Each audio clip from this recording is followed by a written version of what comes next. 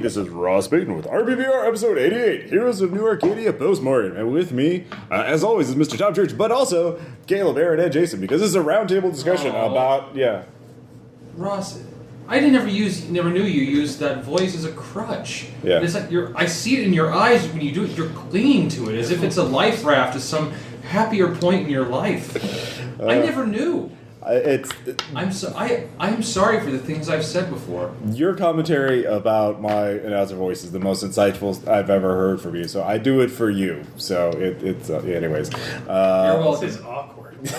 Well, that's the problem because I feel like we're intruding on something here. A private moment, yeah. I'm gonna. Anyways, in this episode, we're going to talk about the Heroes of New Arcadia campaign, which just ended with episode 29.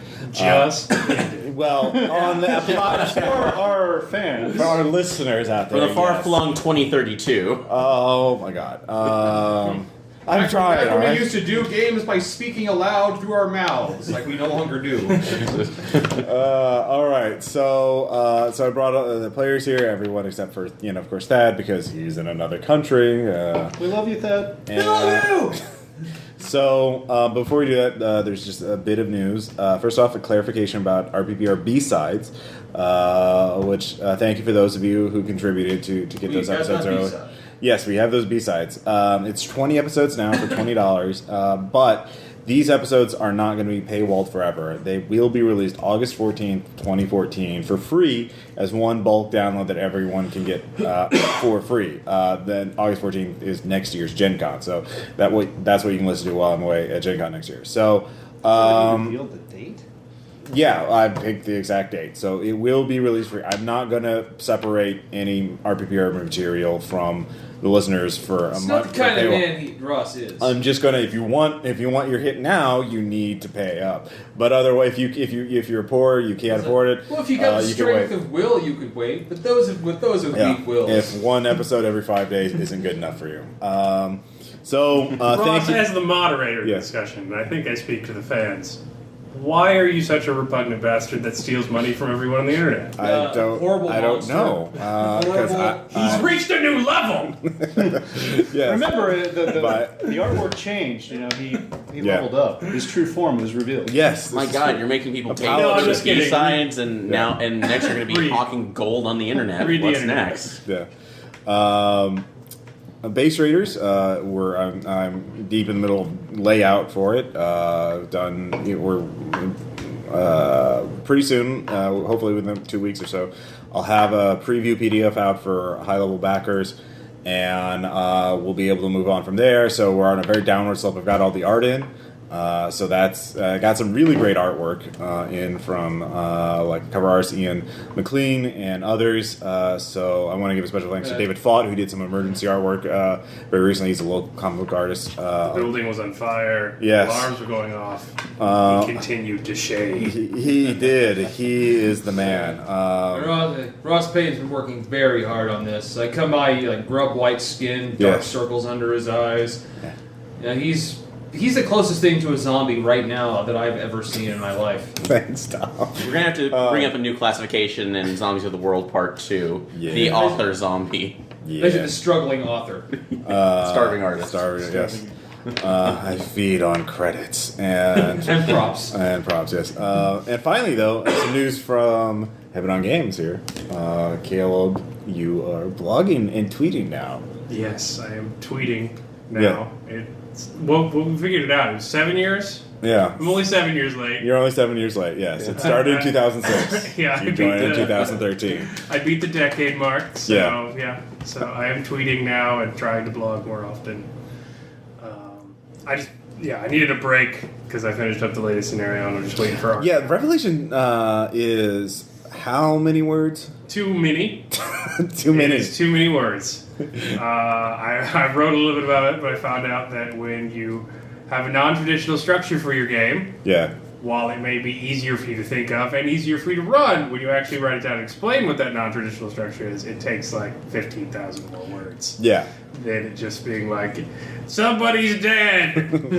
You find clues. It's scary. Like anything. Wow, that's actually Even if it's less complicated than that, Yeah. explaining that it takes. that's some really good description. This is Mark. why. I'm really immersed already. Yeah, go on. This is really why, like, you were staggered when recently they released the massive Nyarlathotep Companion, which is 572 pages.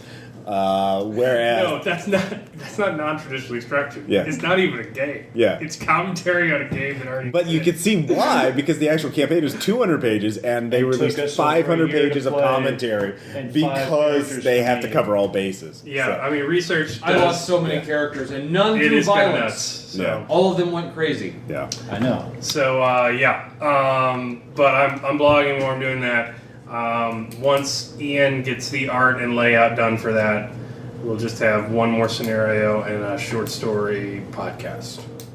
And All right. it will be all delivered. And that albatross will be lifted from your neck. It's not albatross. It's just it's a rough year to be doing it. Yeah. Yeah. More like Fair enough. It's like a penguin. Or a parakeet. Okay. All right. So Other bird. I contribute. all right. So we get into the main topic, So this which is is a of bird's course tail. the Heroes of New Arcadia, the big ass superhero campaign I ran. And Yeah. Okay, I just want everyone to know, so as moderator of this discussion, duly elected because Jason pointed at me. Oh, well, that's all we need right there. It's American and That's practical. I wanted to do this entire thing in the voice of James Lipton, but was told no. So Great. my protest goes out to you, listener. Well, where the hell was the democracy on that? I thought there was a majority rule saying that was a good idea. Yeah. Except for the We probably don't have Grand enough Master over memory to here. do the 15-second pauses between words. we, We're gonna run out of recording. All right. New Arcadia started off. First off, Mr. Payton, where did you get the idea for the campaign? You were boasting on it on the forums for quite a bit before we actually ran it. right. Well, the idea It's been so long. Yeah, no. It started right after the New World campaign, or that was the impetus. We'd finished up the D. 2011. I think we all decided like, hey, we're kind of done with fantasy for a Yeah, while. and Cody was still playing. No, that was Dark Sun campaign. Dark Side. Yes, yeah, yes, 'cause Dark Side. we We were That done was with the first time I played. Yeah. So we were done with D&D after Dark Sun. We were been burned out on it. I mean, we've been playing it for between those two campaigns, it's well over 55 or so sessions at least. So Cody suggested superheroes, and everybody got behind that. And for me, the problem with superhero settings, there's a number of challenges for it, but I think the central problem for me is if you either have a world where there are no when the game starts, there are no established superheroes or anything like that, and in which case it's not really a superhero setting. It's kind of or it'd be like Heroes or something like that, where they're not superheroes. They're just people with powers or whatever. And I wasn't interested in that. I wanted the whole superhero tropes, the costumes, the Government villain dealing with it. Yeah, and people having, oh, they're good, they're bad, they're bad. So I wanted all that thing. But if you have that kind of setting, then you're going to have, if you want to have any kind of equilibrium, if it's not good totally controls everything or evil controls everything, there has to be some kind of equilibrium. That requires some sort of status quo in the sense that there's got to be a Superman or, Iron Man or whatever, saying we're gonna keep things the way they are. There's got to be heroes and villains, and those guys are going to be really badass and powerful, and that kind of takes away from any sort of heroism or agency on the part of the players, because if they fuck up so much, they can always call the Justice League or the Avengers or the equivalent thereof. So my concept was, why don't we just say there's a cosmic event and all the big powerful guys go away? They just disappear. It's a secret wars, whatever, and but all the tropes, all the power sources are left behind, so anybody can get their hands, or anybody who really wants it can get their hands on it. And so that's where the concept is, superhero stuff without Superman or Lex Luthor or any of those other characters that would just no, you're not going to do anything, because then whatever choices the players make are important. Because if they fuck up, if they turn people into uranium, and then that irradiate tanks. Yeah. Who the hell what monster would do that? Right. Yeah. Then no one's going to fix their problems for them. They have to live with those consequences. And I actually really did like that when you brought that up, because essentially what it reminded me of in comic book terms was the original DC 52 event, where you had the main heroes out of the picture and it started focusing on everybody else who was already operating in the background. So that's why I was initially drawn to that idea. Yeah, exactly. Black Adam was cool. Yeah. So. Well, can we just go on with questions? Yeah. I'll allow it now. Moderator.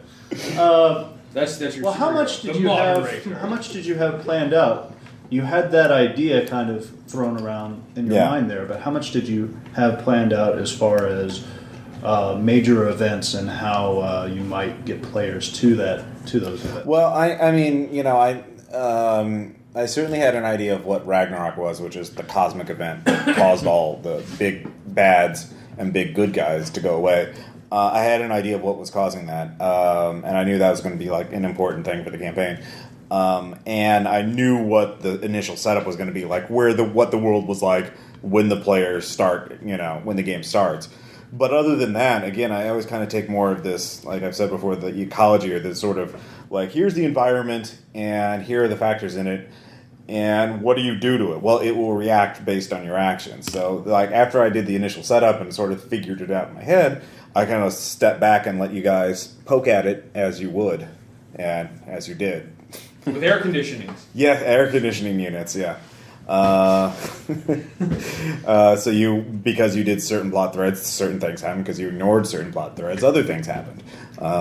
So that's I didn't plan out anything other than the initial setup, and then every week, based on your actions, I adjusted. I guess my question was, surely you had like Nemesis and Avalon and that little planned out early on. I mean, I knew the basic reasoning behind it. The details I sort of worked on as the campaign progressed. So I knew like Avalon and Nemesis were there, and I knew that I wanted to do a big Galactus type story with the whole Ragnarok and the Remnant, because I wanted to go through, hit all the top concepts and tropes of comic books, of mainstream comic books, Marvel and superheroes. So I wanted to do everything from street level stuff to Galactus, because everybody does a Galactus story sooner or later, I think, in mainstream comics.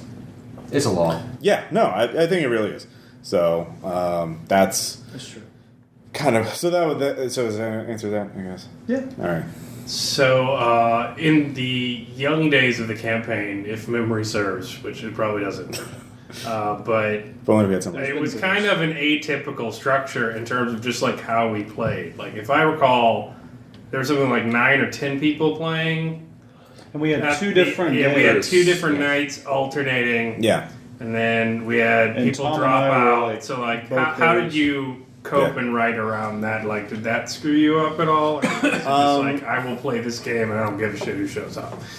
Well, I think for me, again, I was taking more of a sandbox approach in the sense, like, it didn't matter what happened. Like, what happened, and like that was the story. Whatever happened was the story. I didn't like say the story is going to be this. So if you guys would be like, well, we'll just join with the government, and then the B team, that's what the A team does, and the B team does, we're going to be anarchist vigilantes fighting capitalism. I mean, like, all right, well, this will be interesting, but like, I think again, for me, role-playing game isn't me, the GM, telling a story to the players. It's creating the stories with the players as the game happens. So like, it wasn't my place to say this is where it should be. That I should never say that. Like, in that kind of, it's whatever you happen to decide based on the circumstances I put you in. So the circumstances limit your choices, obviously, and certain things are impossible or hard to do, but you still have some choice, some agency in there. So it's just like whatever happens, happens. And especially in the street level, we only really did that in the street level tier. And because the characters were limited in what they could do, I didn't have to worry about like, It was very character driven at that point. Yeah. I didn't have to worry about too much. I only had to worry about what was going on in that city. I ignored kind of everything else in the world in that sense. So. Well, and I would think that, especially on the early in the early street level tiers, the city would be our world. It's a very focused area where most of us don't have a scope of the grander scheme of things. Well, and early on, it was actually our neighborhoods, particularly. Yeah. So because we had Chinatown, Fiddler's Green, the ruins. I don't know where you were based. Yeah. Well, I was doing the hobo thing, so I was just everywhere where I could pretend to be a statue and get money. So, it did bring up another question, though, that had we continued along with the two-tier structure, if Cody could have stayed along with his speedster flash person, and Bill with I can't remember. He changed multiple characters. He was a detective. He was God in the first one. Yeah, he was God Almighty. And then, between Bill's character and my character, we could do everything. Yeah, it was really bad in the first game. In the other game he played before he dropped out, he was just murder detective. I remember. Not that. Not investigating murders. He just shot everyone in the brain. But had the two-team structure continued, do you think that? Do you think it would have been planned out to have any kind of either team up night or a fight between our groups? Essentially, although how it formed out, I kind of imagine it'd be like West Coast Avengers versus Great Lakes Avengers. Yeah, honestly, I kept that number of players. I probably wouldn't have advanced the power level of the game. I don't see how I could have. Because again, with more players, it creates a more complex environment, and there's more moving parts in the thing. When we moved to the global tier, it was global. You're globe hopping and even going into space and shit like that. And if you have 10 or 10 player characters changing the world, every session, that's a little much to keep track of. So I probably would have not given you 50 points of bonus at the end of the tier and just kept it in the city. I mean, it probably would have obviously would have spilled out of the city at some point.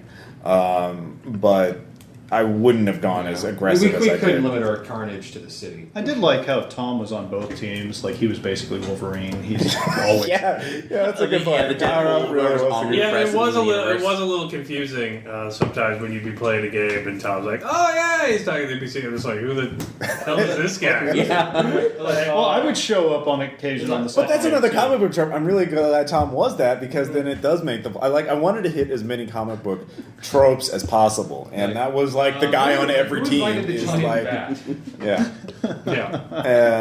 the ex-mobster turned Batman. I mean, that Man-Bat, that's a classic character concept. All right, so what player decision surprised you in the first tier? So oh man, what did you not see coming from the PCs? And then second, third, the murders or the. That. Well, you didn't expect murders. Ross, you were being super. Hi, have we met? I'm Tom. This is Kayla, Jason, and Aaron. Murder. No, I didn't kill anybody. I didn't kill anybody until the particle accelerator. Right. And then it was because we were all going to die. I think the particle collide, the fact that you were like, no, we're gonna fucking take that bitch down, no matter what, was all right. That was fine. But that surprised me. I didn't think you guys would draw such a line in the sand and just take such a hard line stance against it. Because you've been pretty pragmatic up to that point, killing irredeemable villains and making deals with the police. To be fair, I realize hard dice and that super strength stuff is basically makes you kill. Yeah. If you punch, you kill. That's the lesson I had to learn with my plasma blast. Well, the place I always ended up inordinately hitting people was the head. Yeah. It kind of worked later when I put it to wiggle dice. I think I've learned how to control this thing. Well, I think that was a bit of a meta commentary. I think you were expecting us to play with comic book tropes. Comic book tropes is just I'll see you again, blur. And wait, so you're going to leave my city and go fucking blow up Minneapolis, and I'm going to call myself a hero for letting you do it? I will go somewhere else. Definitely won't do evil things there, and at that point, we've been fighting them for months and they tried to kill us multiple times. I was not playing with comic book tropes. I figured, hey, no, I mean, that's fair, and that's another thing. That's being pragmatic. Being more like the Authority than the Justice League, for example. Or you sit there, have you read the works of Alan Moore? So that did surprise me. Also, so I mean, not like, oh my god, I don't know what to do. Obviously, I did figure it out, but that was surprising.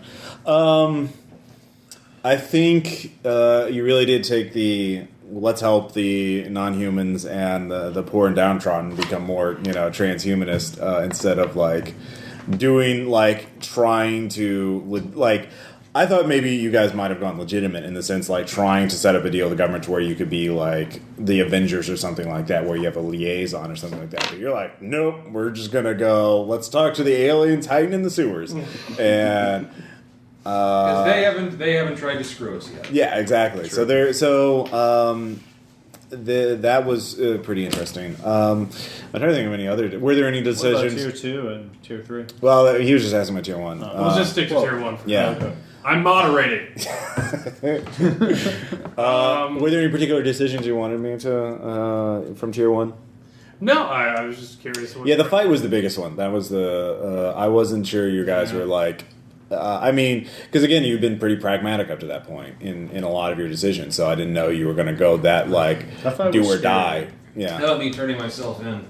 That was surprising too. Was that Tier 1? I thought you would have gone. I was out on the final battle of Tier 1. That's right. Yeah, that's right. That's a good point. I was surprised by that. I thought you would have like hidden or just flown away or whatever when the cops arrested you. I couldn't. I had a wing damaged. I couldn't fly. You could have escaped. I mean, like you could have asked the people to help you. So. God, I wish you'd escaped. I'd have an hour and a half of my life back. Talking about habeas corpus for mandats. Oh yeah, it's like I least favorite moment of the campaign. Okay, I love that. Like, whoa, you're just injecting him willy-nilly with that nano shit. Yeah, that's a violation of his civil rights. For those who don't remember that particular part of the campaign, we had the guest player RJ who expressed shock that the police would use a drug that would nullify his powers temporarily. No, not shock. Yeah. Outrage. Who addressed an hour and a half long argument and speech. Yeah. To be fair, I was one of the people that was agreeing with him initially, but because it went on so long, I did kind of go, okay, man. No, I like how that was a trial that I was the one. I was the one injected. I was like, dude, just give it a rest. Well, at first it was like me in character going, whoa, what the fuck, Yeah. And then I was like, wow. They don't use like the collars, because I was they didn't have the collars. I was thinking he was playing an actual demigod. Yeah. Yeah, he was playing. Who was also Phoenix Wright. Yeah. I know that's what Thor does in his spare time. Reads about torque. I think he was going for Athena. I think he was doing Athena. Or an Athena type, like a war wisdom goddess. So, I mean, in that sense, but like, for me, another thing is like I didn't want to give the police like perfect power nullifying technology or whatever, so they had imperfect solutions. And for me, my logic is it may have been unconstitutional, illegal, but pragmatically, government people aren't going to take chances with somebody like that. They're just going to fucking like take you out. I mean, we live in a world where like, terrorist drone strike. So can we spy on everybody? We better, just in case. Yeah. So that's the kind of world we live in. I think that would be more realistic. I love the trial. Yeah. I really, So disappointed. Zero Shift's so death. Disappointed. Zero Shift. Well, again, that was again. So we're just talking about favorite moments for Tier 1 now? Well, no, I was just putting that out there as like, was that a surprise? Was that something that you kind of like in the moment were like, oh fuck, someone's got to die? Again, I knew, like, I statted out all of those NPCs on your side and on their side, and I thought I spent hours like figuring out what they would do in the fight, and like roll the dice out in the open. So I mean, a couple of times, some of you guys, your characters could have died. Like, I really thought we were all dead. Yeah. Aaron flies not up. Yeah, exactly. If they had more time to exactly the constant reboot down. So Zero Shift was. And I was. I had no expectations for that fight. I had no idea how it was going to wind up. Like it could have gone much better. It could have been the end of the campaign. It could have been the end of the campaign. In fact, I think if we hadn't had the break and I hadn't have like written down where everyone was standing, if we didn't know, we didn't also about what to do. Yeah. I think it would have ended. Will spend too. We didn't do that rule right, and that really helped us out too. Yeah, that's the only. And we had those guys that we could just. Oh, you mean spending willpower? Yeah. And you did have a lot of cannon fodder. We had a lot of cannon fodder. Well, also, Which again, going back to your pragmatism, like... And I think also that had a lot to do with just the growing pains of us getting used to wild talents, especially for... Well, by that point, we'd all been playing, that was like 10 sessions in, so I think... True, but it... Well, we were very unused to Candide. Candide had at least 5 width of gobble dice per turn. Yeah. And that we'd never seen anything that powerful. No. It wasn't just Candide, but the one with the gun so that nullified everything. We really had to just knocked focus you fire out, stuff. sucked in Thad, Or the Creeper. So, although you were aware that he had a spirit capture device, so I know that was foreshadowed. Yeah. And Paragon was a super scientist, so she could have, giant... A competent one, not like Thaddeus Venture. No. So yeah, that fight, I had no idea what was going on. I had no idea what to expect. And it kind of sucked I missed out on it, but it was logical progression. I could have seen your character breaking out or being let out by the police. Somebody could have made a couple speech checks to be like... Would have been really nice to have a super strong character. Yeah. Just... well, I was in the suit, but it kept getting shut down. Well, yeah, because they had nullifiers. The rock guy, he was strong. Yeah. But cannon fodder. And that's actually another... And he actually did survive, so... The only one. Yeah, I think he was the only one. All the other allies you took, yeah. You could have made it a lot easier if you take more allies with you, remember, because you had that opportunity to get more supernatural allies, but you didn't want the vampires or the other monsters or anything. I don't remember that. Yeah. That was the session before, and that was the one where... You were there because you were like, "Oh, sure, let's take the vampires." Yeah, it's probably. I mean, it's not very. Remember? It was the way he was playing Norm too. Yeah. He was still coming to terms with. Oh yeah, we've got these powers. Yeah, this is really. So it was a role playing decision. A lot of. So that was really interesting. I think. I was all for it, and you were against. Yeah. So that was. I was really glad I was able to pull it off, making the fight technically complex without being overwhelming and also fair, and so the sense that whatever happens is the authentic result. I hate games where big dramatic fights like that are railroaded, like in a Final Fantasy game where you can't deal, you're not supposed to deal damage to this boss, but he just knocks you out and runs away for some stupid reason, So I'm glad that worked out, and I was really... But that's a trope, man.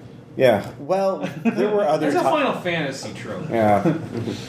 Well, this was again the annual issue or the finale of the story arc. So all right, so we'll just finish up tier 1 then. So what's your favorite moment for tier 1? Let's just go around the table. So, Mr. Payton, the game master. All right. I'll have to say the first dinner party because that was again, or was that the second tier? I think that's second tier. Yeah, second tier. Yeah, that's second tier. I would say, actually, my favorite part was the plan you used to take out the Crystal Children cult leader. Oh, yeah, that was because that was again another thing, it was like the foe you could not defeat, literally. And you didn't think about it either. No, I literally my approach for that. I forgot what we did. You put the body armor on him, and if he puts on armor or a weapon, it nullifies his power. You found that out, and you tricked him into doing that. That was a scenario where I came up with the idea of what his power was. So you could literally, it was a power you could not punch away. And then I did not think of a solution. I just here he is. What are you gonna do? So I wanted to see how you approach it. And I liked I was surprised, and I liked the way you came up. Really good. Oh, I blame Tyler. It was all on Tyler. Tyler, number 1 NPC. Aaron. Actually, I hate going over to one of my moments, but also it's mainly because of what Ross created for me, which will be ultimately the rise of the robot assassin and that joke that never ever died. It was a great subplot. So, that's a hero thing, being mistaken as the bad guy. You're right. I thank you for that because we played off of that so much. We did. It was lovely. It was. So. It worked really well. But yeah, mainly just going into because I more respectful than Hobot. Yeah. Yeah. Well, I still love the concept of Hobo Iron Man, but yeah. Well, yeah. But eventually, he had to grow out of that into something else. It's just unfortunate that my choices did turn me into an inadvertent villain for the first half of the game. But it worked out because you used it to your group's advantage by defeating the robot assassin at the end. And then I just added to then outing myself illusion. later on, and then nobody noticing. But that's for a later time. Tom. I have to say, mine involves me, of course, but it also I think involves it's Caleb. what's going to happen. I really love him moving into my place. Well, I did have assassins trying to kill me I know, everywhere I went. It's like comic book action, and then it's like then the horrible monster man bat like, well, you can crash in my place. I mean, there's a bed, but I sleep upside down on the ceiling. So Yeah, so there's booze and Shasta in the fridge if you want it. Oh, the Shasta. I had the cinnamon lattes. Cinnamon lattes, yeah. Yep. But it's just I love the roommate shit of superheroes. No, I like that too. Yeah. It paid off pretty well in the second tier. We stumbled into that. So We totally it was cool. did. Yeah, it's unscripted. Yeah. Yeah, again, why would I go to Syndicate? They just tried to kill me everywhere I went as I walked down the street. Hey, on this unfinished skyscraper. It smells a little weird because me, but hey. I think my favorite, it's not a moment, but it was just Drew's entire subplot of lying Oh, yes. about being a member of the NFL and then dying before it ever was revealed that he was not, and us believing it for the rest of the game, like all 40-something sessions of it. I don't No, know. it was toward the end. Like, we got access to Tin Can or something like that, one of the facilities. Did we explain it away? We Like did. I thought, he must have been undercover or something. Yeah. Like that. Yeah, I think we tried to You Because like he rationalize died like it. a boss, like he really did. Like he Yeah. contributed in the fight, and then he sacrificed it. It was total superhero trope stuff. But Yeah. I think that was my favorite. How he just lied every time, and none of us like made checks to see. We were just Yeah. like, oh yeah, okay, cool. No, we did try to make the checks. Oh, we yeah. failed every time. I never did. I was just like, wow. And of course, when it tell us came- what to do. I'm new to this. Well, and it was even great because when the heroes came back on the Ragnarok object, hey, Hero Zero Shift died like a hero. Who? Yeah, exactly. Who the fuck is hero shit? I think, yeah, you're right. I mean, like, again, that brings up a really good point for me. Sorry. We should have invited Drew. Yeah, I think that brought up a really good point. Like, a lot of the best members of campaigns are not like planned by the GM in advance or by one player. It happens just spontaneously during the game. Yeah.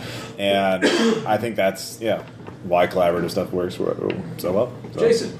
Well, kind of going off that, I liked how early on with Zero Shift and Jamal, we kind of like became friends. I remember talking on the phone to the cops and trying to sound like we're badasses, like we know what we're talking about, and like trying to bully the cops into doing what we wanted to do. Give us the information, And Drew was trying to talk all out, and do all this shenanigans, and and I just came on there and I'm trying to do the Batman thing, like just give me the information, and it's so terrible.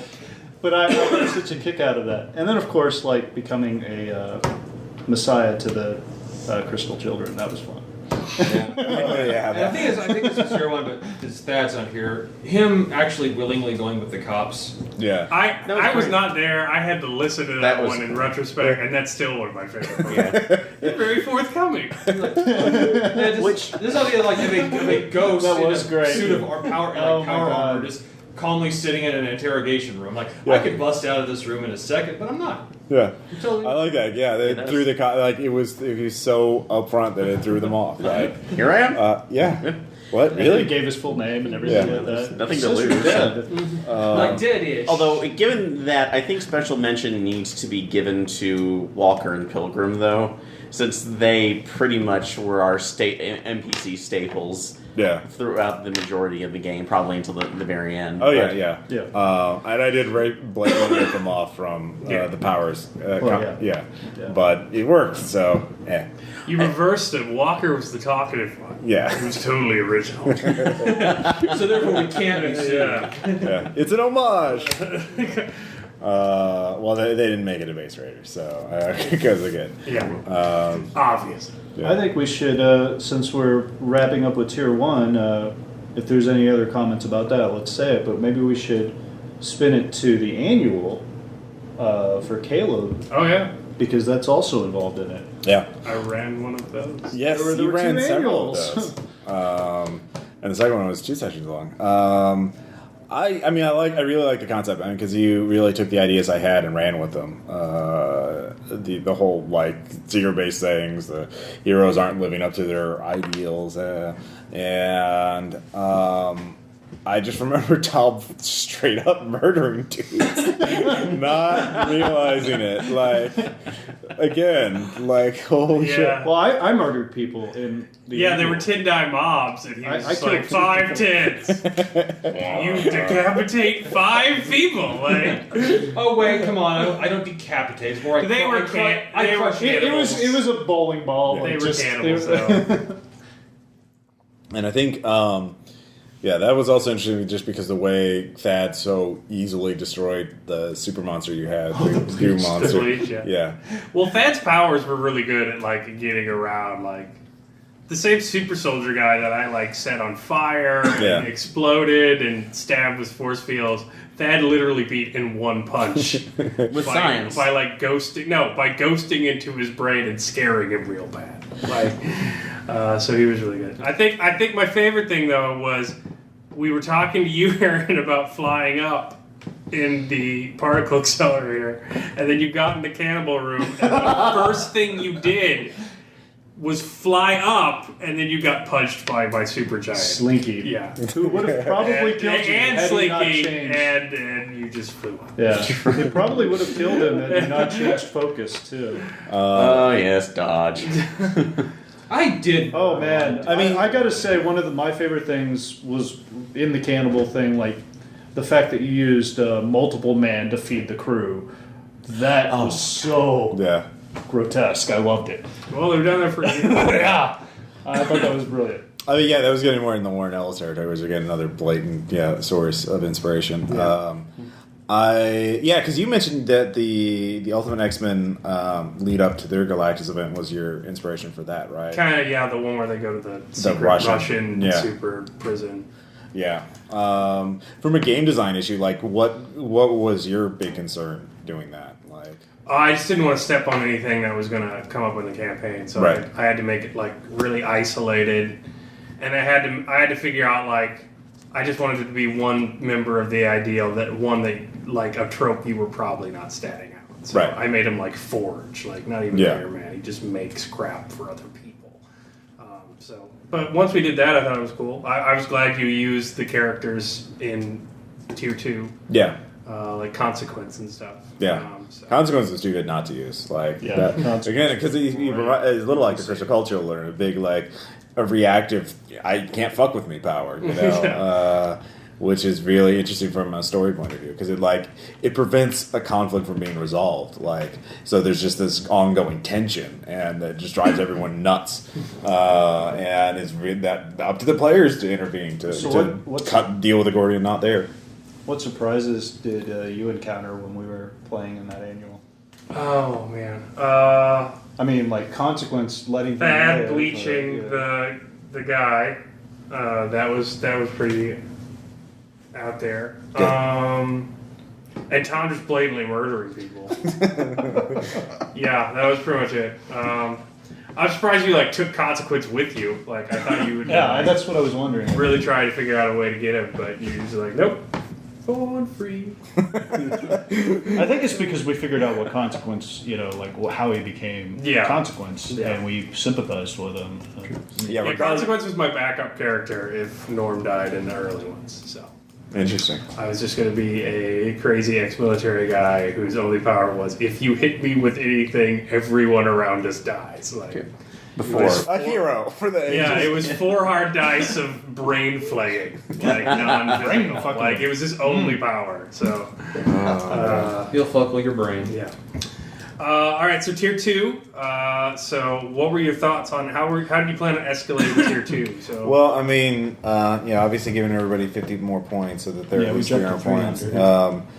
So, which is, raises an interesting question about wild talents because, in wild talents, like most of these superhero games where you build your powers exactly, very precisely, it's very easy. Not all powers are created equally. And it's very easy to create super powerful characters even for relatively low points. Like, there's one example I saw on the RPG.net forums where it's like 180 points, turn into Godzilla, the size of Godzilla with 9 hard dice of atomic breath and shit like that. And unfortunately, nobody picked that. But it gets so you have to start thinking lateral. I mean, obviously that came up way in the cosmic tier, but for global tier, I wanted to tackle these kind of like event, like up until that point, I wanted to focus on like the street level, and I know that's a controversial too, but for me, that was everything from Batman to Spider-Man. Focusing on one city, trying to merge secret identity with life. With superheroing, but for the global tier, I want to do more like, oh shit, the world's gonna end, and have end of the world threats, but there's still people, so there's still at the end of the day. So Iron Man can save the world from the Skrulls, but he's still an alcoholic, and that kind of those kind of issues. So. But the other thing I wanted to challenge was that, the whole thing of the superhero world is that it never changes. It's always a reflection of our own. And I wanted to see, you have this kind of stuff, and then you have the most powerful superhumans in the world who aren't interested in a status quo. Like, you guys clearly were not interested in keeping things the same way. Like, you wanted, like, instead of letting the supervillain get away, you're like, no, we're going to kill them. We're going to make sure they can never do evil again. And and we want to help the non-humans and the people who've been experimented by the military and all that shit. So you wanted to change things. And so I wanted to provide more opportunities for that and see what would happen if you're a reflection of that. So you were a big Obama poster. Change. Yeah. Something like that. Change into a fish mutant person. So why not? If you want to. You should be free to do so. Or if we're going to paraphrase the current Venture Brothers episode, abominations create abomination. Yes. So those are the kind of topics I wanted to hit on. So with that, I use the same approach, which is like figuring out how the world is, at the start of the tier, and then start figuring out what more about the remnant plot, the whole Nemesis thing, and then letting you guys approach it as you will. And then it kind of just went on from there. So that's how I started. So that's how we started having like more supers pop up too. Yeah, because you guys led. Because your girlfriend. Yeah, you guys. Yeah, so that. And subplots started to be. Yogg was a bigger deal. Yeah. In the second tier. I wanted to advance all your subplots, those that I could. I know I wasn't. Well, I think that would be hard to do in the first one with so many players, but by second tier we were down to one night. Yeah. And so it was. Jason, you made me sad. You really made me sad, man, when you played my son. I love that. That was fun. That was a great moment. That was one of my favorite of tier 2. Was playing. I was like, yeah, I've got to do this. I've got to play the FBI agent and throw that last little. You're never gonna see your grandkid. All right. So, what surprised you in tier 2? What did you not see coming from the players? Let's see. I know one of the first thing that pops in my head is like giant asteroid heading to Earth. Later. You did say 3 months. Yeah, you did. It's not very urgent. It was not pertinent. Literally the end of the world. Not urgent. But that was at the end of the world. Like, well, we had literally. There was all that, and that was like totally a red herring. That was not. Yeah. We had people on that. No, you were the people that would have been on it. NASA would have gotten to it. Ross, eventually. you said 3 months. Yeah, I know. You might have. You're just wasting fuel going that far. It's coming we to had you. people on that. We had Galileo and Quasar doing stuff. Reactor mass isn't cheap. Yeah. All right. Well, It seems to me we're villains are going to. You asked me what surprised me the most. You're like, what? Really? All right. Okay. So that's a group response. What about like individual or more minor events rather than? It's in the troposphere. Asteroid. I mean, I know that. Okay, well, Aaron and Jason. I mean, you're. Yeah. But wait, you were surprised by Aaron Jason character infighting? No, not the level of it, especially going into the Samaritan's base. Okay, this. I was surprised by it. I'm not saying it was a bad thing. That was It the le- single most predictable part Well, of the campaign. oh no, I'm going to ask this. Were you? I'm certain you weren't surprised by the action. Was it the escalation that surprised you? I think, well, like, just it happened so quickly. I was like, holy shit, okay, we'll go this route. I wasn't totally expecting it to go. You realize in Dark Sun the exact same thing happened. Yeah. His crazy little elf archer sat outside the inn in a sniper perch, waiting to kill a little cannibal halfling. No, okay, Like, okay. The part. They try and murder each other in every campaign. All right. The part that got me Hey, was we that got along Aaron pretty well in, made a Footsteps. deal with Balgrin the demon for that. So that was pretty. that was I did not for expect me, that. I was Okay, yeah, that was for me. Yeah. It was I was not Baffling. expecting. No, I would say baffling. I think it was shocked. like I'm going to be headstrong and go in there. I thought it was a good role play. and to be fair, going back to the origin point of this, in character wise, Adam's curiosity overrode everything in his early days. That's the way I wanted to play him. That's the way I wanted to go in. And of course, this is also before he realized who it's like Jamal's connection to the Samaritan, and of course, when he realizes that, he's lightning quick to realize his mistake and to try to correct that. Even so, when he's in hell, he makes that snap decision. Oh God, a woman screaming. That's I'm going to have to, this woman's burning to death. I have to go save her. Shit, what did I just do? Yeah, I mean, it was impulsive and and that was a good role playing choice. But I just wasn't prepared for that level. I thought I was like, hey, a demon's offering. Like, I thought that was good. Yeah, I didn't expect that. No. I wasn't prepared for that. I really was shocked right off the moment. Like, just grab it out of his jeans. I'm like, what? Yeah, and of That course, I could see. Like, but now as Like, a role for me, player, I was like, dude, really? yeah. Okay. And then after that, like, nothing surprised me. It was like, okay, yep, just we're gonna dig our hole into hell. I still love the fact that you freed a damn soul from hell, and not was surprised when they came back to bite you. and eventually I did. We went through the process of correcting it. You did. It was still great moments. I was like, you do know the people in hell are there. He's for a plot reason. generating machine, man. I It's know, great. and it was awesome. Well, Anyway. now, but I do have at least an addition to that question. Did you possibly foresee, and I can't remember if it was Charon, becoming far more integrated into the storyline? Or using him as much as we did.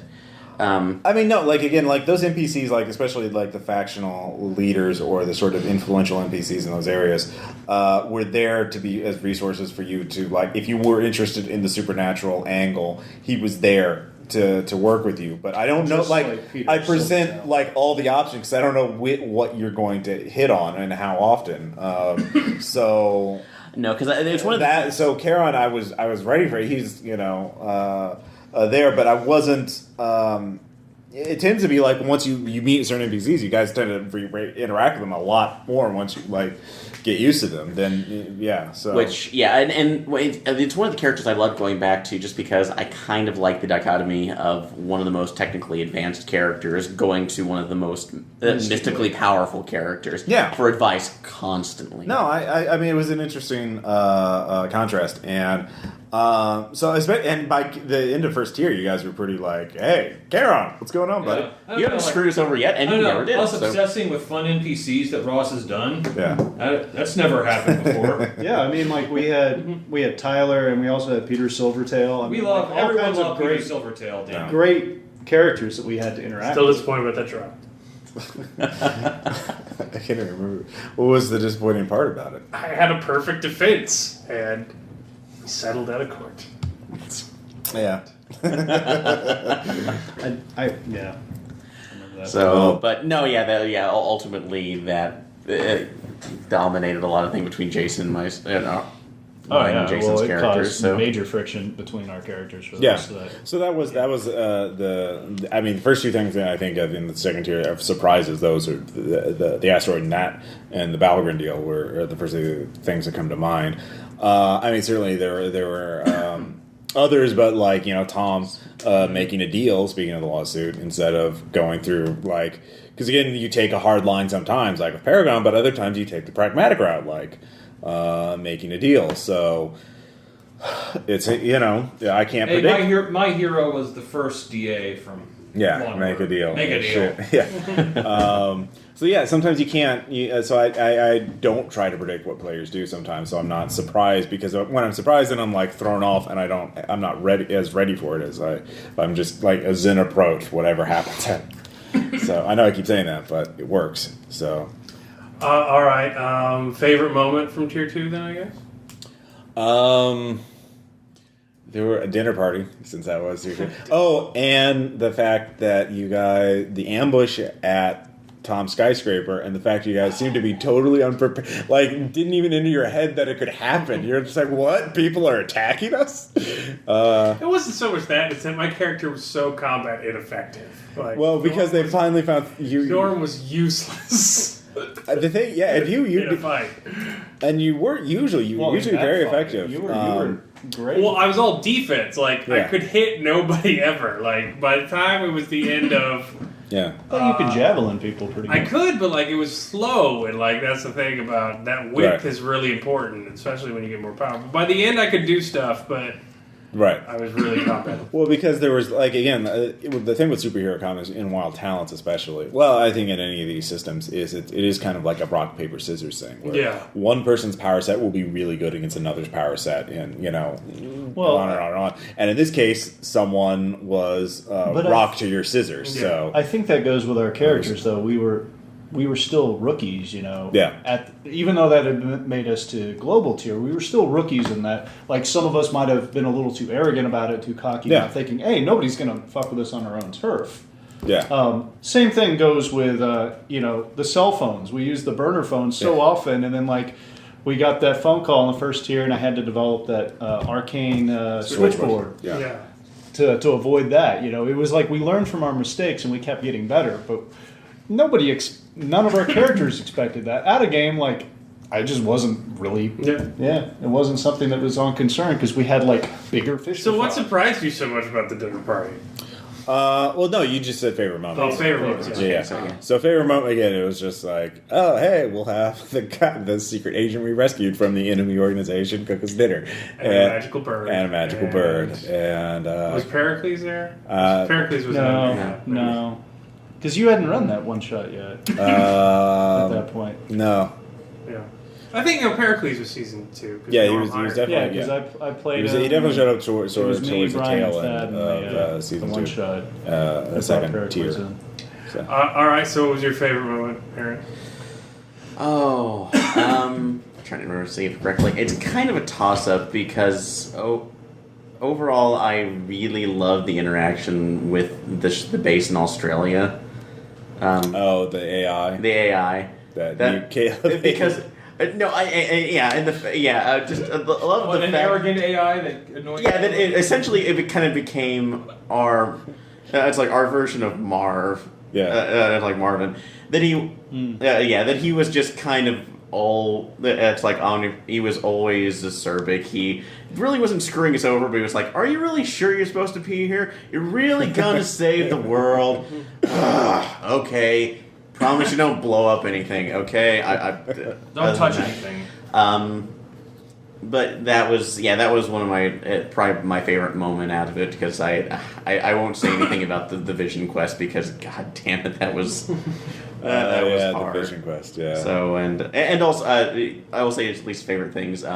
Thad's other transition when he started, because I think if I'm remembering correctly, this is where he turned into the Pangloss clone. The Pangloss clone. So officially became part of the family, and having to adjust to that, which I thought was a good play on Thad's part. So Thad, I like, because again we started incorporating all this transhuman material, so Thad was very on board with that, taking the new, basically making a new character every tier, the same concept. So I like that. Well, out of all the characters, it made the most sense that he could quantum leap. Yeah, that he was fluid. So I'm honestly torn between two. One is still Aaron's freeing a soul from hell. It generated a lot of plot. Like, It did. a It was. lot That's of why I love it. adventure. It was Also awesome. dead bodies. Yeah.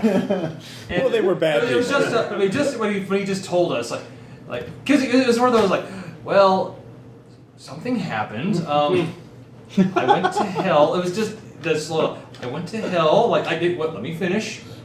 I may have freed a soul from that. Actually, he freed two because he also freed the forger in order to get because that was. Hey, but he came back into play. We refused him constantly, but he came back. He could have into been play. another asset. Yeah. And the other was me basically telling the government they can take the deal and then shove it up their ass at the end. Yeah. That was kind of like you know what? No. Finally stand up for your principles It's no, I'm tired of beating up unions.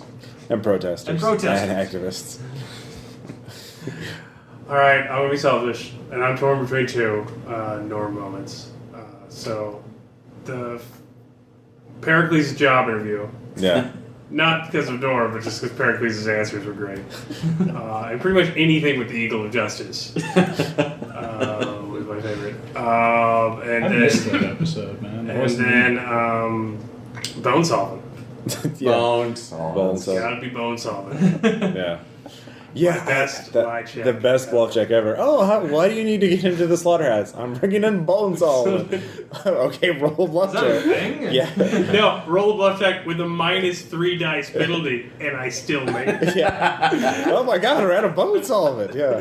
No! We can't. Hit the red button! Stop the slaughterhouse. Bone solving. You have a light for that? Oh. It's like we have a code 3 bone solving laws. That was. Our trading the claymore for cheese. That was pretty yeah. party. Yeah. Oh god, the trading for that was great. I had that fucking claymore since halfway through tier 1. Yeah. I'm gonna use it for something. Before the Vision And Quest, then, so that was... Wow, yeah. Oh, and convincing the Lucians that I had co-opted all these humans. Oh yeah, that was another good bluff check. Yeah. You are such a So our superpower was lying. Yeah. Lying and taking advantage of his disability. Yeah. Well, I didn't do as much of that in tier 2. No, that's true. Yeah. I like that. That's actually the part I was thinking about was the space, you going up there in the spaceship, coming back, just having everybody say, "Yay, you saved us from the asteroid." We're just yeah. And of course that leads into, oh god. Here come the... Yeah, here comes the heroes back. Why are you in our spaceship? Borrowed it. He's running the ignition. Fucking superhero cosplay. That was my favorite moment. I'm a businessman. I'm a housewife. Where they were pretending to be regular people. That was funny. I don't remember that part. That was during the big don't convention remember it near the end. Oh, right. He's like, I'm a bank robber. Thad's taking registration for it. It was good. I mean, one question I always got street level was a pretty coherent overall plot line. There's the syndicate, and they're doing crimes. You go figure out who they are, what they're up to, and stop them.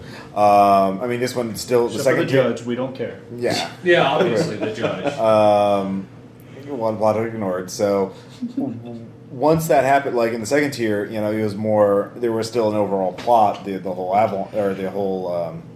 remnant saving the world universe from the remnant, but it was certainly a lot more scattered. I mean, what do you guys think of the plot? I mean, did that or the structure of the second tier? I'm kind of concerned. I mean, what were I liked it. I think that the only reason it seemed kind of sudden with the remnant and all that kind of stuff is because yet again, I think the asteroid was the plot hook into that. Yeah. And then we only hit that late, so it was that. It's we did all the side quests first. Right, yeah. And so the main quest seemed to move a little fast. But I never blamed. I thought tier 2 was pretty cool. Yeah, I thought tier 2 was great. Yeah. You're right. It was a little bit more... I was starting to feel really effective as a character and powerful, but I didn't feel like I was not at risk of anything. So I liked it a lot. Oh, that actually brought up one other thing, one other surprise, that you took an entire session to we're going to get revenge on those guys that sent those goons to beat us up and make us look bad. That was your whole thing, was just getting back at the security Shangri-La company. guys. Oh, yeah. That, Yeah, we'll screw them. Yeah, well. You need to understand where we're coming from here, Ross. You fucked with us on our turf. Yeah, all right. You know, so that's the point. Oh yeah, I forgot about that. But the fact you went into their base to, like, sabotage And, them and make them look bad. You don't mess with Hobo Tower. I guess. And then Norm dying at the end. So it was always like a hero dying at the end of each of the tiers. Yeah. Okay. Here's my question for you. Someone had to die at the end there. Like. Oh, yeah. So you planned it that way, right? I wanted there to be a sacrifice. Yeah. So that was, again, getting more of the, Galactus saving the world. Yeah, raising the stakes. Well, I mean, there were other solutions, I believe, but they wouldn't they were not permanent. It's like, well, wipe out all of Europe, or he'll come back in a year, or something. It was not the needs of the many actually saving anybody. The greater Somebody good. had to die. Yeah, no, very hard going. I mean, you guys could have been totally pragmatic and convinced one of your NPC allies to do it because you guys still have. Well, Consequence did, but he wasn't enough. Yeah, that's right. You had to have 3 major things to shut him down permanently. That's right. I set that up because again I wanted. So we closed him. I was completely ineffectual in that fight. We closed him in the maze. We had to have the consequence. Yeah. Power go off, and then we crashed the ship into him. Yeah. And then we brought the Star Child to bear. So. Yeah.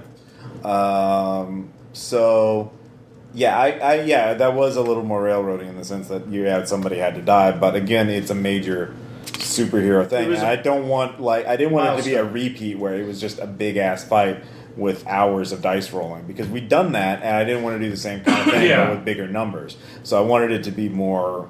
No, it was a good fight. Yeah. And I got both my arms torn off. Cairo got both of his arms torn. Yeah. And you're right. That actually, I do like the fact that brought the consequences of a fight with that entity, and it wasn't just an easy to put in perspective. Banish. Banish it. Basically, an ultimate nullifier to Banish Galactus. Zod to I'm holding up this. You're right. The ultimate. I totally forgot about it. Yeah, I wanted that was the inspiration for it. The ultimate nullifier. Whoever fires it dies. So that was the thing. To stop Galactus, you have to die. So I wanted that kind of level of sacrifice because that would raise the question: who's it going to be? Is it me? Is it you? And I can't hold the box to activate it because I had both my arms blown off. Well, who made you try to do that? What? Who made you try to attack that guy? It was the world. The world did kind of make him try. You could have chosen to stay home and drink a coffee. Yeah. Hey, the world's where I kept all my stuff. So then we had the next annual game after that, right? So, Skyrim. Not Skyrim. Not Skyrim. I don't know why, but the one line that keeps thinking is it's a healing potion. It still smells like salty poop water. Those were the ingredients. Yeah. Or biological. Non-biological contaminant. Knife in the dark. Biological contaminant. AQ or something. I became something. We all became. So what was your thing? I mean, obviously the first one of those was really dark. Cannibalism of multiple men. That was pretty in there. But this one was obviously kind of a 180 quite in a bit theme. more levity. So was that because of how this session of that tier of the campaign was, or you just wanted to try something different? I mean, what was the? Well, first off, you said there were going to be 3 tiers. Yeah. And I was dumb, so I'm like, all right, I'll do 3 annual games, so I'll spread the plot over 3 games. But I'm like, wait, no, I'll only get 2 because I'm only doing between. So I had to condense it, and so I did that. And there was the whole plot with IT. Yeah. So that was the first part of wrapping that up and what IT actually did and stuff like that. And I didn't know if you guys were into that or not, but there were a lot of comments about how grimdark the annual was. So I'm like, well, the other direction annuals goes are just absurdity, things that are so ridiculous that we don't want them to enter the canon of the comic book. So that's where you get... We don't speak of Batmite. Yeah, so that's where you get Wolverine and Spider-Man trading bodies. Whoa! Freaky Friday bad plot. So I thought of something absurd we could do. Skyrim was out then. And everyone was playing Skyrim, and it was mainly the leveling system, because that was the first one where we started to get really powerful.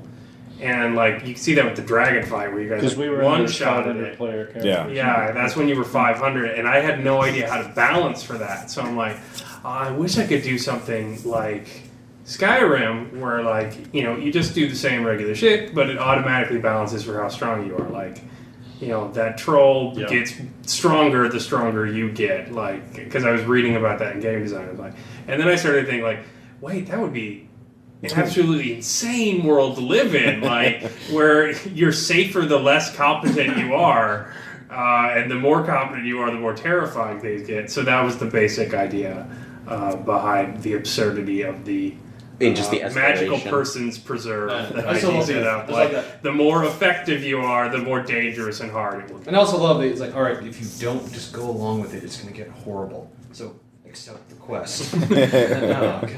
You're right, and that's actually a great thing with that is that the delusion it was the greatest power over the entire setting. That if we did not fall in line with it, it would start resisting against us. Yeah, it was about not using your powers. Yeah, I mean, I think that kind of hits on the game design principle that sort of plagued or was the central challenge of the Cosmic Tier is that you can't 500-point characters in Wild Talents, cosmic level characters, are really fucking different than even 300-point characters or 350-point characters, and you really, it's trying to grow that organically is hard unless an entire system is built. Like D&D handles that, but the whole system is built around that conceit.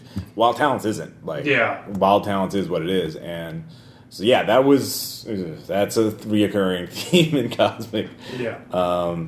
My only disappointment with the annual game is that I should have made it like 3 or 4 because there was a whole other path you guys could have taken. So I have like a whole other half of that game that never got played. Oh, there was going through forests where you get you could run that a bear, but you'd kill one bear, and then there'd be 4 bears. And then you kill 4 bears, and then there would be swarms of bears just materializing out of nowhere. Like where a frost bear that's white shows up, a dark bear. And then there was like a great war, but like they were also low level. Like all the weapons broke into like sugar glass, and they just got slightly injured every day. Went back to soak their bruises and started again. But like once you guys came there, it would turn into a slaughterhouse. Turned into like 300. Yeah. There was. I liked how IT had like different personalities that were like partitioned of his mind or something. I think I remember that. Yeah, I was trying to think how do you sap a really interesting organization that has telekinetics? Like, how do you fight against the Justice League? So with telepaths and people who can see into the future. And are super geniuses. Or you have an uber super genius who cuts himself into 2 super geniuses. And a guy who just sits at a computer and makes notes. Yeah. Fair enough. So. Yeah. So Cosmic Tier. Yeah, Cosmic Tier. Yeah. What do you want to know? So what was your idea going into Cosmic Tier? So what was the overall theme there? Well, Cosmic Tier was like going back to the beginning of the campaign and like, okay, hey, Ragnarok happened. Let's deal with that. And I started hitting on that with the end of Global Tier. But then there's this like, at the end of it, there are no external threat. Well, there's no, like, the whole thing is reconciliation. Like, you have 3 major forces at this point. The first one is you guys, who are basically the transhumanists. Hey, superpowers are great. Super science is great. Magic is great. Non-humans are cool. Let's all get along and have fun and do this shit, Then the second, I have a dream.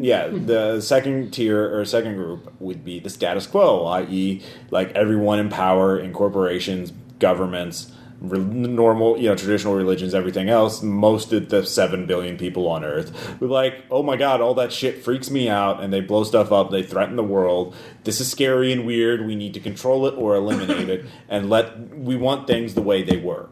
That would be their overwhelming. And it's not entirely irrational, because again, the world had almost been destroyed multiple times in the last couple months alone. And then you have the ideal, who used to control the world, basically, and then they're finally given their comeuppance in the fact that they are pushed around as pawns and cannon fodder by cosmic forces greater than they are, and for a long period of time, they go through this incredibly brutal experience, and then they come home and it's not home anymore. And they're so traumatized by this, they don't know what to do. So, but they're still incredibly powerful. So sooner or later, they're going to do something about it, and they don't know. They might. Who knows? And so that's a time bomb. So. And then we have to go. If we entered the campaign at the end of the Remnant, then you'd still have this. Well, what the fuck is the world going to be like? And the whole point of the campaign was, you guys, how are you going to shape the world? What are you going to do? So that was the central plot story conceit of it. And then game design wise, it was I need to run a Wild Talents campaign without actually while not using the rules for Wild Talents as much as possible. So that was the central challenge, because if I made anything resembling a traditional adventure in Wild Talents, you would instantly solve it, or I would have to make it so hard it would be literally impossible for you to solve it. There was no gray area between cosmic consciousness. It is easy or impossible. If it's easy, I use my 10 hard dice in these skills, and I use my 10 hard dice or 10 wiggle dice in this superpower to solve it. I think Thad epitomized that with his 6 10s and supersized minimum. Yeah, exactly. And so I either make something to where I say, okay, you succeed, or 2, no, you can't even roll. Yeah. And there's no middle ground between it. And that's where all the previous tiers were, is can you meet that challenge where you might succeed some of the time and you might fail some of the time, or you can spend willpower, you can change the circumstances to give yourself a bonus on the roll, or try so you can roll again. But there's no give. It's challenging. That's why I did things like run an entire session in Dread. I was thinking about that. So that was the problem, and I tried to deal with that as best as I could, while dealing with concepts that are appropriate for cosmic superheroes. I'm thinking more Nova, who is Silver Green Surfer, Lantern. Green Lantern, those kind of things. Those kind of things. And and ultimately that's something that I really appreciated, that most of the issues that we ran into weren't the ones that we could, for lack of a better term, punch away or blast away. They were all societal ones. What happens to the world after the apocalypse is averted? How does society deal with it? Well, I mean, it's just you have 3 armed camps with incompatible ideologies, and they all have the willingness to use force. Well, and then we also had the Revenant guys, the people that were the collective. Yeah. They were still around. I mean, that was honestly going to be that. I set that up to be the traditional adventure, in that there's still a challenge, there's still a thing to punch at the end, and that was just kind of just finishing that plot thread entirely. But the main thing was that. And that's hard. I was trying to do that as best I could. And again, I wanted to make sure that the fate of I didn't want to. We're not picking on you here. It's not the internet. Well, I wanted you guys to determine, you guys are in the pilot seat of, kind of, and you may not be able to avoid the iceberg, but you at least get a chance to set the course. You might not get there, but you get a chance. So that was what I was wanting to make sure that would happen in terms of game design. So. And we did. Yeah. Everyone became space gods. Except for the non-humans. And those that died. And those. Yeah. We threatened. You threaten to shoot the hostage. Yeah. Threaten humanity. No more humanity. What were the 2 options again at the end? I remember the transhuman thing. What was the second option that we were tinkering with? People stay. Humans don't turn. Humans say no, and then and so I wanted you guys to choose that, and I think you guys left. It was up to a die roll at the end, whether. I forgot. Merlin was gonna revert the world to all magic again and no technology, and humans would be in control. Non-humans would be slaves or dead. Yeah, so. It would just. He was a human fascist. Human we fascist. used Lilith against Merlin. And I think the choices were give magic to, or allow everybody to evolve and be transhuman, or say no, and then I think it was just the status quo would kind of resume in a way. It would kind of. Well, either humans evolve or they don't. So that was the final choice. Yeah, it was a one or the other kind of. Yeah. So if the alternating last episode. Yeah, it was last year, and I'm a monster for not posting.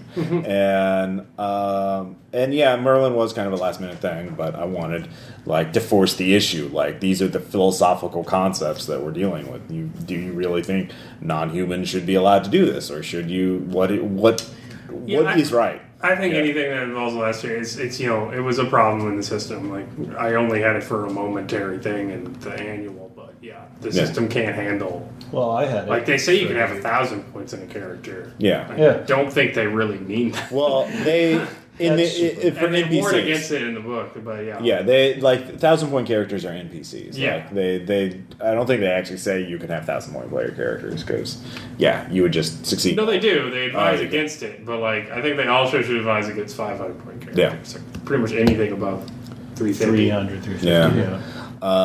And that's really difficult. And I will admit, I am a fan of cosmic sci-fi stories. Like, one of my favorite novels is Childhood's End, and I wanted to reach that kind of because that's the logical point. If you have a superhero type setting, eventually there's going to be fucking Celestials showing up. And evolving everybody, and there's not much you can do about it. Damn Celestials. Get on my lawn!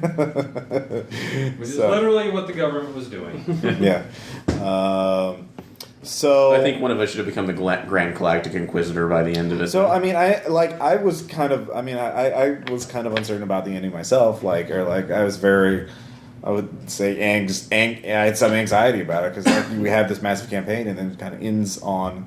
And I'm doing these kind of hand-wavy things because it's not as grounded in the rules. The first fight, the Paragon fight, was perfectly grounded, as well grounded in the rules as I could make it. Well, and what happened was a result of the rules and your choices. It wasn't even, me. As well as I hate GM fiat for massive player decision or for massive story decisions. I think that should be player agency with some interpretation by. Well, I think when you run a long campaign, it's like one or the other. Like, you gave us a lot of, you were really good at the end of each season giving us a beat to finish it and feel like we accomplished something.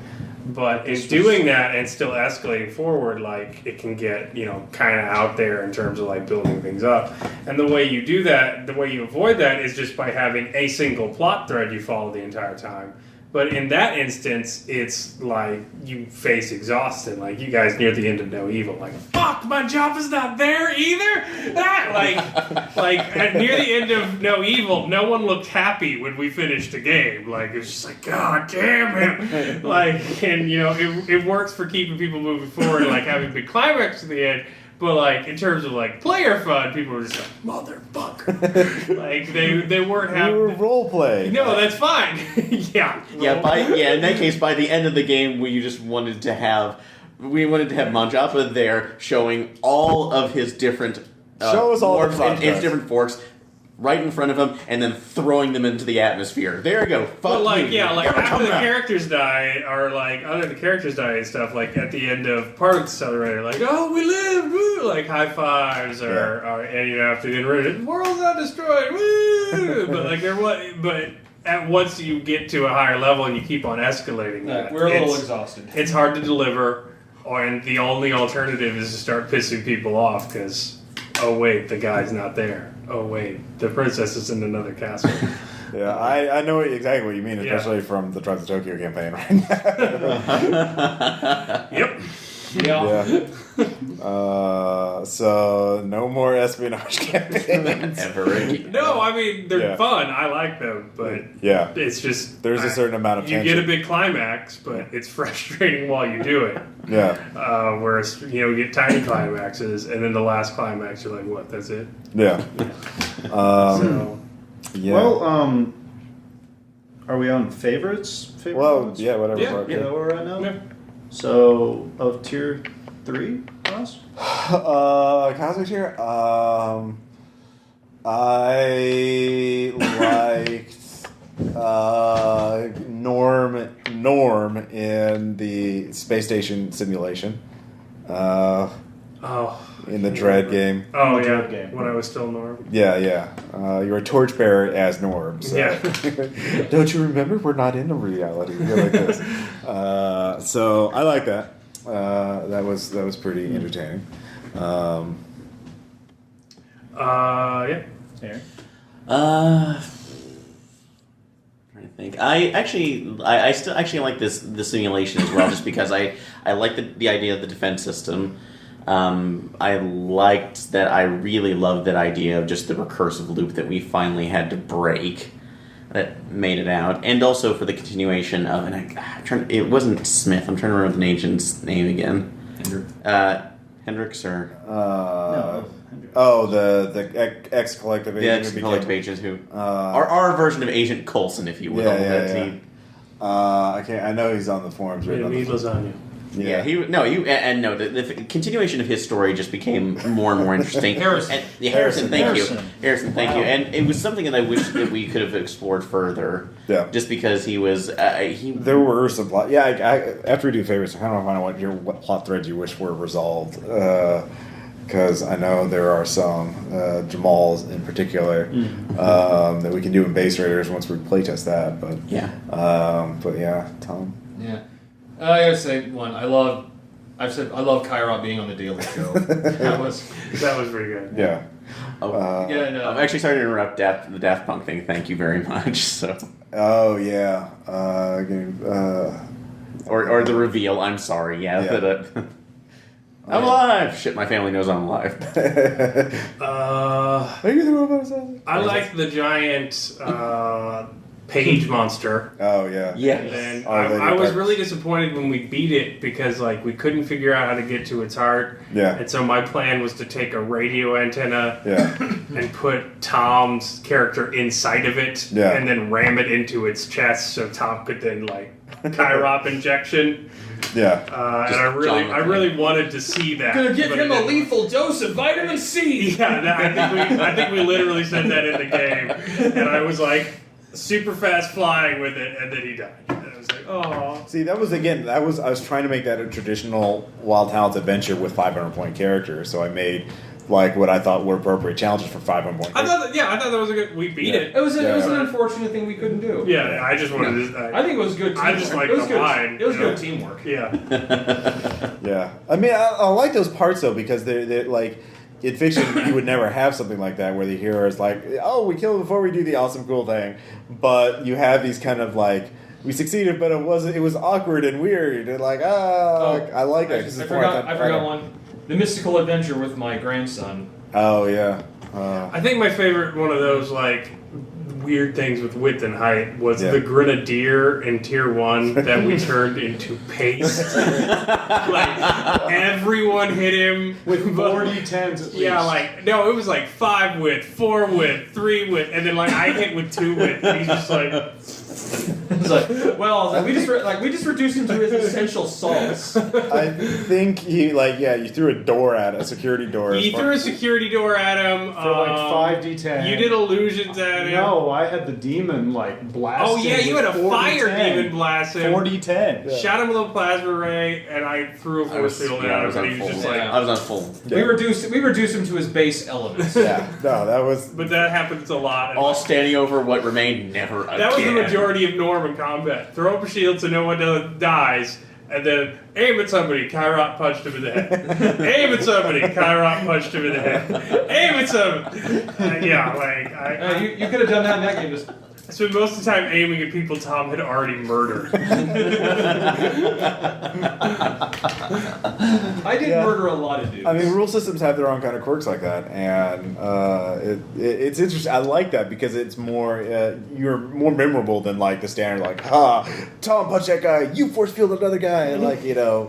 I like that. So, but I think for me. For my character anyways, the thing that was the best was, beginning the game thinking my father had left, just abandoned us. Then losing the friend that I had made. Then losing the mentor figure I had, looked up to.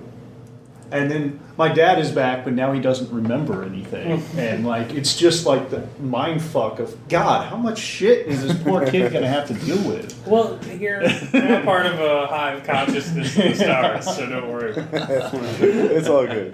Right. In alternate reality, It's all good when you're made of pure energy. in ultimate Heroes of New Arcadia, he's still fucked up. Yeah. Yeah, You know in what's Ultimate like? New Besides to say Arcadia, we're made yeah. of star stuff. Boom. It's okay, wait, what was your... And then the hand wave of Torchbearer just like dying right off the bat in that final game, like fuck. Billions and billions. Of No, years. it was the hot Chiron injection. Okay. I want to give him a big Okay, dose okay. of man bat. Vitamin C. Vitamin C.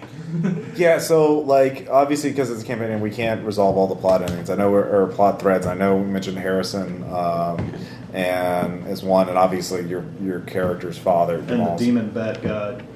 Camus. Yeah, that was. And my suit's origins too, which Yeah. Yeah. That was. Whether Yeah. or not I can act, whether my family's fate. Yeah. Were there any other plot threads that like weren't necessarily tied to a character's I backstory? wanted to meet Zach Wilde again. Oh yeah, that would have been good. God, I wish it'd save this. Like, okay, for listeners at home, during the breaks in between the campaigns, Caleb wrote what his character was doing between the street level and the global tier. He was on the road doing a kung fu thing, like. Well, I was sad because I got Yeah. zero shift kill. It was really why I had to kill myself at the end of tier 2 because I Yeah. blamed myself for Yeah, convincing zero shift to go die. yeah, So but he wrote these fake tweets about like him saving Zach Wilde from a rioting mob at a roadhouse somewhere. I actually, but those aren't saved, and I was like, damn. yeah, they didn't save the news articles are up there. Yeah. The building a gazebo guy. Yeah. Armless man builds a gazebo. thinking of things that we wanted to do in that final moment, like where we've got Lilith and Merlin, Yeah. and and we're trying to depower Lilith, and we're all like just sacrificing so much of our characters. I was about to grab, like when I said, okay, I'm going to split Lilith in half. I wanted to just grab her and dive into the pit, and just there goes my sacrifice, my character's sacrifice, making the ultimate sacrifice, and cutting her threat in half. Yeah. I really wanted that to happen, but I think I got nixed right there for that moment. Yeah, and that again, would've been- like that was the central thing is like I had to make up a lot of game mechanics and stuff like that to do things for 500 point characters, because by the rules you either succeed or I just say by fiat that you can't do it, Right. things that can't be done. So it's yeah, so I know that seemed clunky to some listeners out there, and it's just part of if I thought more about it, yeah, I would have tried to figure out a way to resolve the differences between the ideal, the status quo, and your character's faction at a global tier and not going on to cosmic tier. I probably would have tried something like that, extended global tier. But I wanted to tackle some of these cosmic things where you guys are like, oh. No, and that ultimately resolved fairly well. I love the idea of Merlin essentially being the force that was the one omnipresent force that was being held back by the remnant. Yeah. And once that was gone, he comes back saying, "Well, it's my world again. Deal with it." Yeah. It's like Rosie the River. Well, they turn in your rivets now. I'm back. Yeah.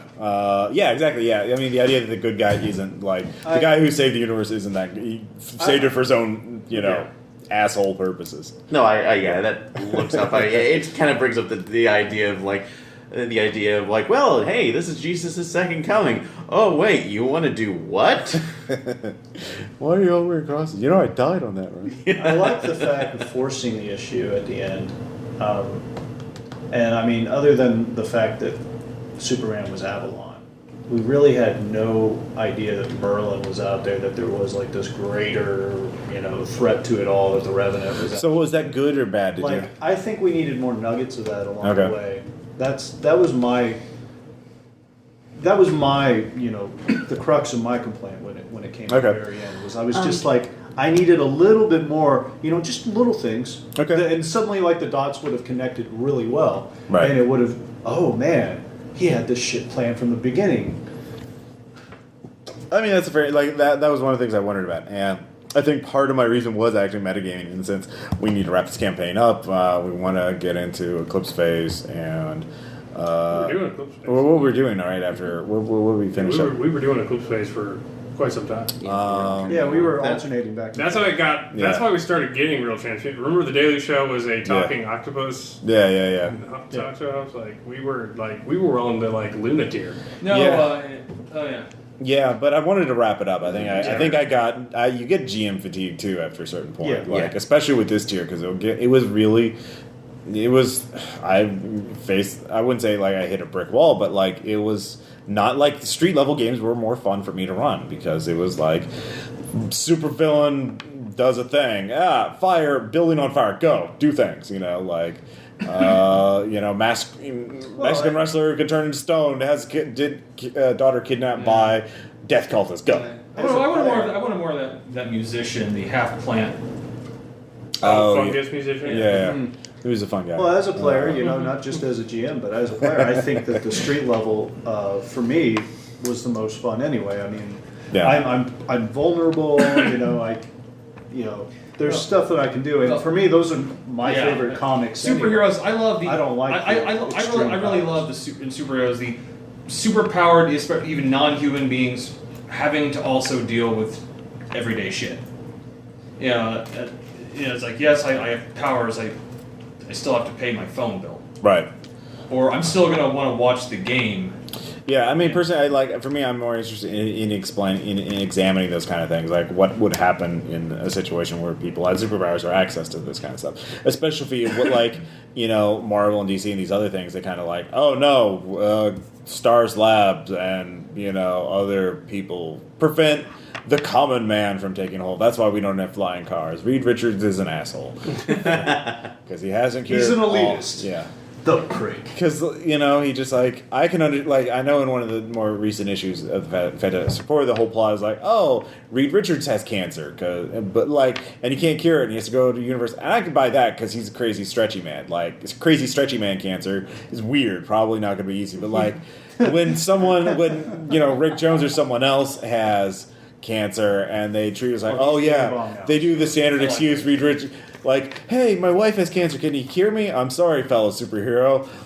Super science can do many things, but curing cancer, not one of them. Now, excuse me while I go to finish in my cold fusion powered spaceship. And also, I'll go travel in time to fight Dr. Doom because he's being a dick. Can't you just, use that to go to the future and find the cure? No, this is much more pressing. Yeah. He stole a painting, you understand? Doom stole a painting. And he's just. So, I don't know. Any final thoughts about the campaign? No, I liked it. It was my first actual campaign I completed with the RPPR crew. Oh, okay. It will always hold a special place in my heart. No. And we all love Norm. So much so every time you walked in, we always said, Norm! I remember you'd hate that, don't you? Yeah. Okay. Well, if there's... Oh, by the way, Shasta, you're welcome. Yeah, product placement. This episode of RPPR is funded by Shasta. But not really. So, I mean, if you're running a superhero campaign, think about power level. I mean, I think I could do a cosmic superhero campaign if it started out like that and it was tackling those kind of issues, and probably make it you guys go out and do stuff in space and you come back to Earth to sleep, or whatever, and occasionally save the Earth from alien invasion. Guardians of the Galaxy or something like that. I think, or even if you were on Earth, if you were doing if there were limits on what you could do, some limits, but you could still blow up mountains or turn them into silver or whatever. Or uranium. Yeah, uranium, yeah. But would you, do you think that you would use wild talents for that system? I don't think I'd use wild talents. I'm not sure what I would use. I know Exalted, there's a modern version of Exalted. There's also the Scion Demigod God. I like that. That was fun. That's magical. I'd look for another system though. Wild Talents is definitely really good for street level and even global kind of stuff, but not cosmic. Because I don't think Mutants Masterminds would be any better either. But just because it's still good for heroes, but it further complicates things behind its rules, and it gets really regressive really quickly. Yeah, but that's another topic. Yeah, that's so the moderator's shutting it down. It has been moderated. It has been a long. All right, the club is closed. Bye, everybody. Hour and a half.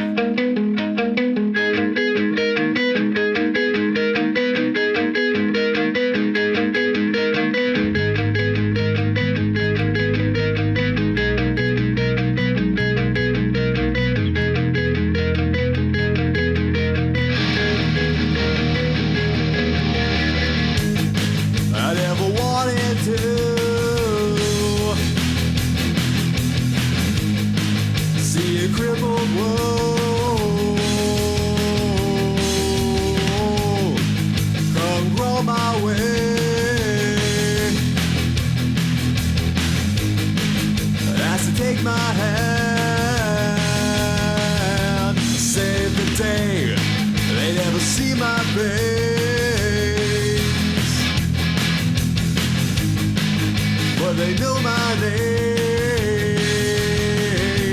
just the same. And when the city screams,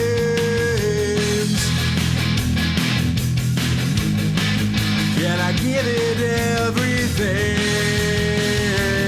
in me? When the dark returns, are we enough to light the sky? When ideals fall, new heroes have to rise.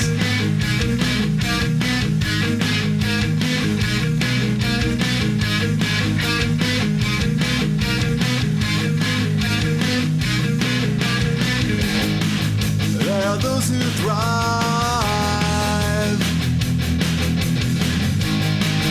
on chaos, strife, and horror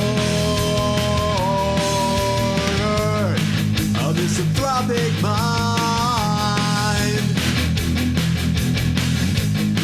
an unrelenting force. This is war among your shines.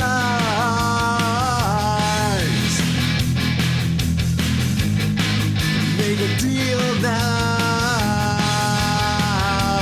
end the fight, but evil never dies until justice reigns. Wrongs made right when the dark returns. Are we enough to light the sky when ideals fall? New heroes have to rise.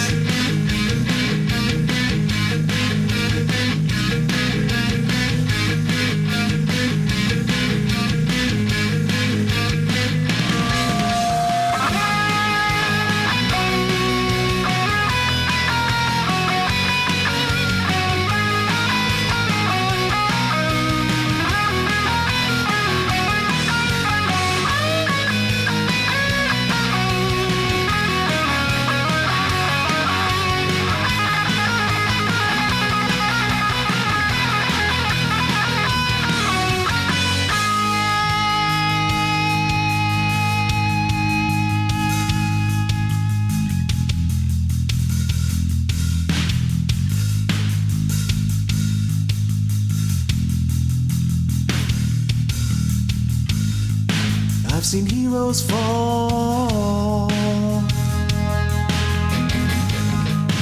in the name of something more.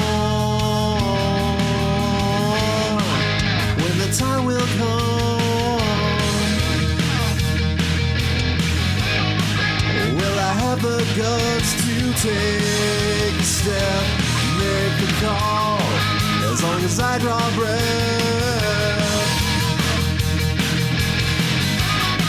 And have a race who stand up tall. New Arcadia,